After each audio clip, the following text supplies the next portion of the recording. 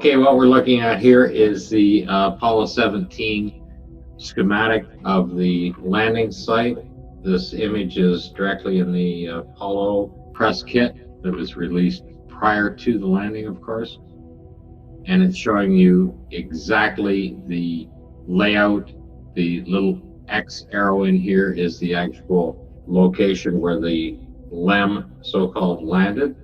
And you can see in here, it's showing you the different levels of the mantle. The M is for the mantle. It has arrows here showing that this set, these sculptured hills, can be moved up and down and or side to side to move them along into position. And there's more arrows here showing that they can slide backwards and forward as well. That shows you exactly how the frame models were made up for these to be adjusted into place to create this image. And of course, things like subfloor and sculptured hills showing that it is completely just a movie set. You know, that's very strange you would have a subfloor. Here's a few images of Cinder Lake. You can see the natural hills behind it. Cinder Lake was chosen because it had the correct soil type that they were looking for and structure, and the only thing you would need to do is defoliate this entire area to create the moon landing. I mean, those craters were, after they were blown out, they were honed, they were really cleaned up, and they were brushed up, and they were made to look just like the moon. Well, there's an actual image of what they blew into it. There's the actual photograph of what the finished product was when they were doing that. This is for Apollo 11, what they cut this out for to create these craters in there, and they were using dynamite blast and charge. Here it is being photographed of them blowing out that entire area for them. And of course, that's where the gantry crane goes right over those holes. Yes, the gantry crane is much larger than that. It's probably twice the length of that because it's over 600 feet long and it's 300 feet wide. 120 feet high, and had a usable range of 85 feet to do simulated landings on it. What gets me is that when you have that crane set up, they already have the power there, they already have the wiring, they already have the sets there, they already have the craters there. All they would have to do is literally put those sets around that gantry crane, and you have an entire layout. You can pretty much take a rover and run it around in there at night, and you wouldn't even know the difference. I mean, that's just one idea. It just amazes me. This crater that you see with the Corvette at the back of it is supposed to be on scale at 770 meters across. But what you see in the photograph and what you see in the Google image of this same crater, it's only about 700, maybe 800 feet across. So it's only about a quarter of the size of the actual scale that it's supposed to be. So given that fact, the entire set is probably scaled down to approximately the same size. This next is a Google image, recent Google image from 2017, again at Cinder Lake. And you can see the natural mountains in here. And you can see this is a natural crater type formation that's sitting here. And it's approximately the same size as what you would find in the Apollo 17 craters on the moon. And look how soft those hills are, almost like the lunar setting. That's one of the reasons why Cinder Lake area, and there's also areas in California, were chosen to do their practice in. And as you can see right there, what you're looking at is the exact same layout. This is much closer to the crater, but you can see the hills are the same in the background. This is just very much closer up to the edge from the actual Google map. What I wouldn't give to go in there with a metal detector. I'll bet you down at the bottom there, it's just loaded with all of the metal pieces that are dropped down into here. But if you start looking at the images here, you can see that it was very well chosen. Oh, absolutely. That's just too perfect coming along here. Just the way it dips down and back up again and stays right in here. It's still right there. That car would be sitting right there. That's something. Yeah. And you can see there's not much to defoliate here even today. They could shoot that again. They could shoot that again. The soil is fine enough. You can see how it's sliding here, but it has that same natural slope. It's all very, very natural. This is a slightly different area of Cinder Lake doing exactly the same thing when they were doing it. And if anybody is looking for the fact that there wasn't a junkyard there, a landfill site, this is a current image of Cinder Lake. You can still see where the impacts were, where the craters were placed in there are still there. And then over here, this yellow line here is showing 3,800 feet long on that. And when you start looking at the different images of the surface and you're coming up in the photographs, this is across the width and that's it down the length of it. And you can see how pristinely level and smooth they created that image along there. This is shooting the full length up past the limb, and then on this side is it shooting down to the other end. It just cuts right off. It's basically like a giant football field. And when you come back to here, if this is 1,000 feet across here and 3,000 feet long, it would fit nicely in.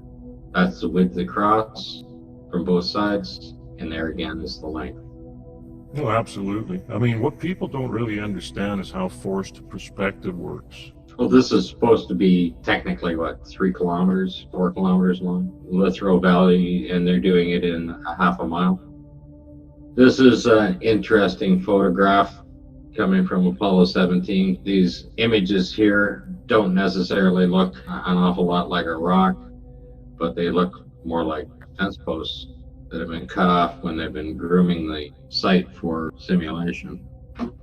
Yeah, well, you're not going to find that on the moon. Well, that's far too clean of a cut. Absolutely perfectly straight cut, and you can even see the grain in it. If you have a really good computer and you're looking at these images, you'll see that that's a piece of wood. And that's what a lot of people don't understand too, is that you need a good computer screen to see the detail. When you have a good screen, you can see all of the detail in these images. Well, you can actually see not only that, but you can see the actual work that's been done in Photoshop. When you zoom these in and you start to see the cloning tool and the other effects that have been added to the photographs to help blur them and block the images. This is another image from Apollo 17 when they're riding around on the rover, and right here on the left is of course the image of the LEM lander, and just by chance this is the only photograph showing this, but you can see that it's a proper scale here. This is an actual dump truck sitting right on there. They've tried to add it a little bit. Even at this visual range, you can see where they've tried to clone it out. Yes, because if you blow that up, you can see where the airbrush tool was used to get rid of whatever was in there. Yeah, it's going on like it's a pipe. The airbrush probably had the cone feature on it to brush it in. You can clearly see that this is a dump truck with big dually wheels with probably little baby moons on it and stuff like that. You have to have a good video card and you have to have a good computer screen to really see the detail in that image. It is definitely a truck. Well, when you pull it back to here, it's the proper height, size, and dimensions of a pickup truck. It's not just like it's an imaginary thing. It's not a rock. It's not an unusual shadow. And that wheel is absolutely perfectly round. It's round on the outside and it's round on the inside. And you'll never find that in nature. That's probably the best example. And when you realize you had somebody like Kip Teague who was editing these photographs and trying to eliminate all of these little anomalies that come in here, or mistakes, or whatever the camera was picking up, and you realize that he's like everybody else. He has good days, bad days, and he's going to miss stuff. And all I'm picking out are things that he actually missed when he was going through these photographs. And it almost looks like they put a filter over top of the entire image. Most of the Apollo 17 images have a grain effect over them or a cloth effect put in there. They're blurred and then resharpened again, and that's why you get such a hazy edge across all of these images here. That should be perfectly clear. I mean, this is a so-called a Hasselblad camera. Yeah, and once again, you can see the line. You can see exactly where that stage line is. It's clear as a whistle. This is the actual start of that little journey coming through where we come up to that dump truck on the set. But what I'm showing you here, again, is the staging as it scans around, and you just see that line just jumps out at you once it's pointed out to you. It's everywhere all the time. Just unbelievable. Yeah, and there you go with the soft mountains again. I mean, when you look at that from a topographical view, it does not look soft. It is more jagged and rough. And when you look at here, it's all nice and soft and blended in. What wind and rain on the moon is going to smooth these mountains down? Exactly. If they're pushed up there by any effect of nature over time, they would be rough, jagged as anything, or even more so than what you would see on Earth of the roughest mountains out here. These are just smooth, pasty, creamy. There's no texture to them. Absolutely impossible. But like I said, I'm just surfing through these photographs to show the actual layout of the set that they were working on. People will use their iPhones and they'll use their iPads and they'll use computer laptop screens, but they will not go and look on a big screen, high definition screen with a good video card. This is when you start seeing these things, and you can't see them when you're using a low definition system. You just can't see the detail, but the detail comes right out and jumps at you as soon as you go to a larger monitor that is in at least 4K, and it jumps out at you. You could spend hours and see absolutely nothing, because first of all, you have no idea what you're looking for, or what you're liable to find in it.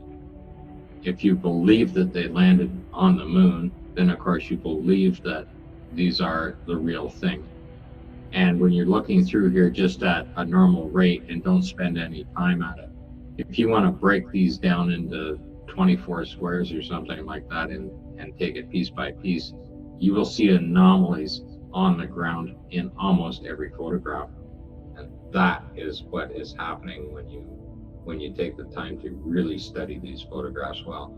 The way this is feathered in, the way these things are worked on, they weren't released to the public until 1997, so they had an awful lot of time to work on these photographs before they uploaded them.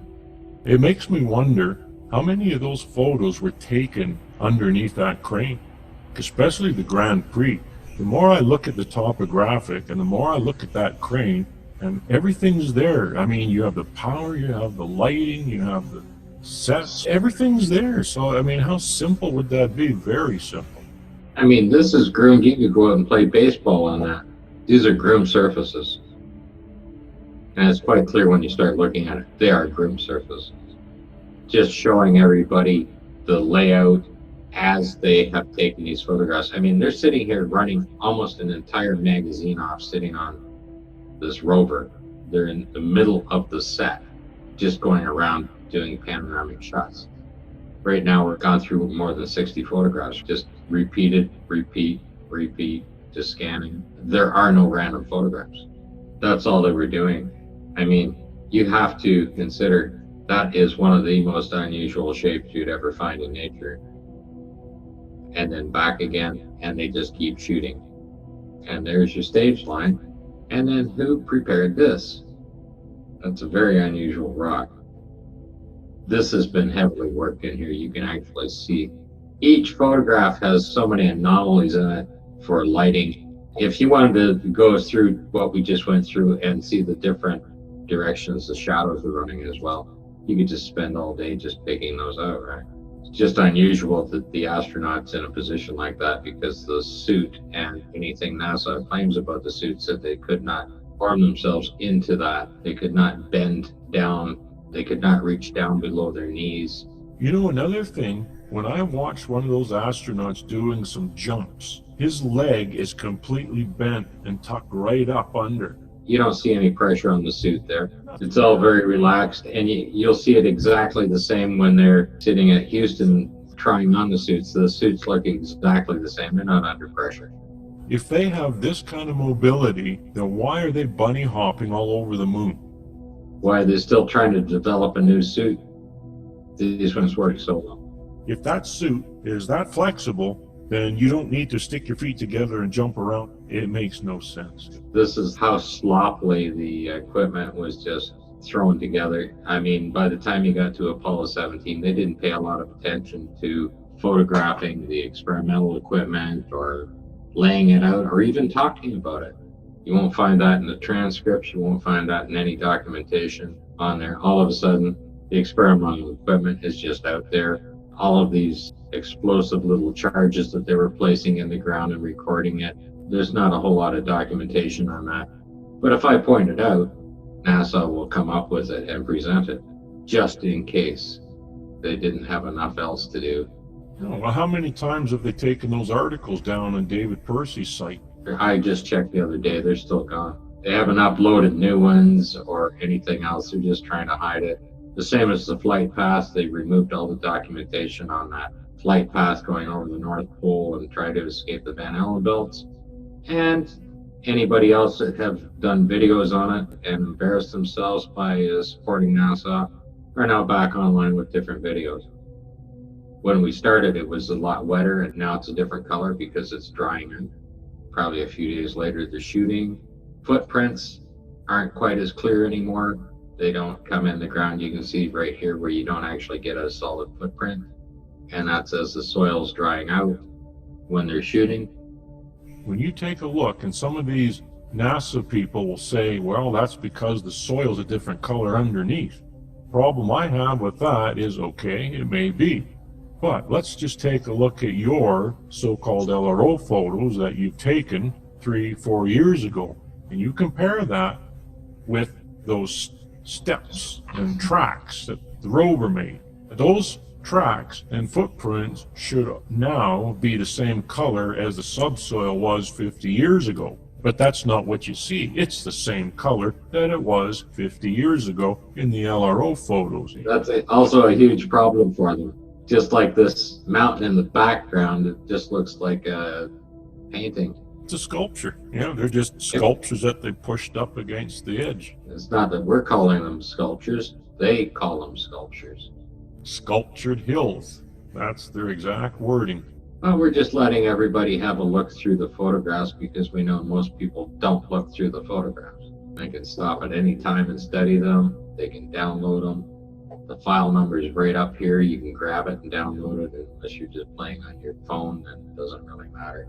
Bertie Slack has posted an article about ALICE on Apollo moon hoax, or should I say the Birdie Bunch's preferred website. And they're trying to discredit the film experiments. But here's the thing, they don't tell you all of the details because they're not reading the article. They're just watching the pictures, but they're not reading the information. They're not reading how it was developed, how the photos were taken, how it was 100% controlled, how the kits, the chemical kits used to develop these were from Kodak themselves. And the instructions were from Kodak themselves. And yet they're trying to say that they know better. Well, if you know better, then do the experiment yourself. Don't take first or third or fourth hand information or second hand information. Go get a chamber, get a medical grade 2-stage pump, do the experiment yourself. That's the reason why we did it, so that anyone else can do it that has a pump and a chamber. All the materials, everything is on the ALICE site, so that you can purchase the exact same equipment and film that we did. There's no excuse for you guys any longer.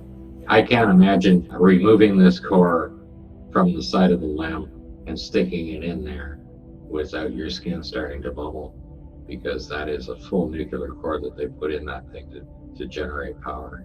Yeah, and yet the film isn't foggy. Yes, and it doesn't mess up any of the communication equipment or anything else. Just amazing, amazing, amazing.